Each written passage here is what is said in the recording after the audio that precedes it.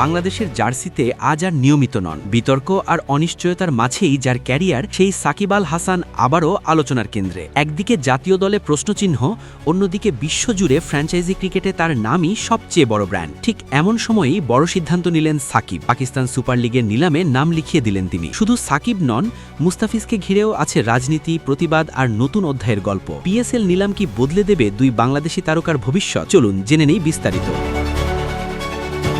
বাংলাদেশ জাতীয় দলে অনিয়মিত হয়ে পড়লেও বিশ্ব ক্রিকেটে সাকিব আল হাসানের আবেদন এখনও কমেনি। জাতীয় দলের বাইরে থেকেও ফ্র্যাঞ্চাইজি ক্রিকেটে নিয়মিত আলোচনায় থাকা এই অলরাউন্ডার আবারও বড় এক মঞ্চে ফেরার প্রস্তুতি নিচ্ছেন। আসন্ন পাকিস্তান সুপার লিগ পিএসএল নিলামের জন্য নিজের নাম নিবন্ধন করেছেন সাকিব আল হাসান। বিশ্বজুড়ে টি-20 লিগগুলোতে সাকিবের অভিজ্ঞতা, অলরাউন্ড সামর্থ্য এবং বড় ম্যাচের মানসিকতা তাকে বরাবরই আলাদা করে তোলে। আইপিএল, বিগ ব্যাশ, সিপিএল থেকে শুরু করে নানা ফ্র্যাঞ্চাইজি লিগে খেলার অভিজ্ঞতা রয়েছে তার। সেই ধারাবাহিকতায় এবার পিএসএলও যুক্ত হতে যাচ্ছে সাকিবের ক্যারিয়ারের তালিকায়। সাকিবের পাশাপাশি পিএসএল নিলামে নাম লিখিয়েছেন আরেক বাংলাদেশি তারকা বাঁহাতি পেসার মুস্তাফিজুর রহমান। তবে মুস্তাফিজের যাত্রাপথটা মোটেও সহজ ছিল না। গত ডিসেম্বরে আইপিএল নিলামে কলকাতা নাইট রাইডার্স তাকে 9 কোটি 20 লাখ রুপিতে দলে ভেড়ায়। কিন্তু সেই আনন্দ বেশি দিন টেকেনি। ভারত ও বাংলাদেশের রাজনৈতিক অস্থিরতা এবং বাংলাদেশের সংখ্যালঘু নির্যাতনের অভিযোগকে কেন্দ্র করে কলকাতায় শুরু হয় প্রতিবাদ। কিছু সংগঠন ও বিজেপির একটি অংশ মুস্তাফিজের বিরুদ্ধে অবস্থান নেয়। প্রবল চাপের মুখে বিসিসিআই এর হস্তক্ষেপ আসে,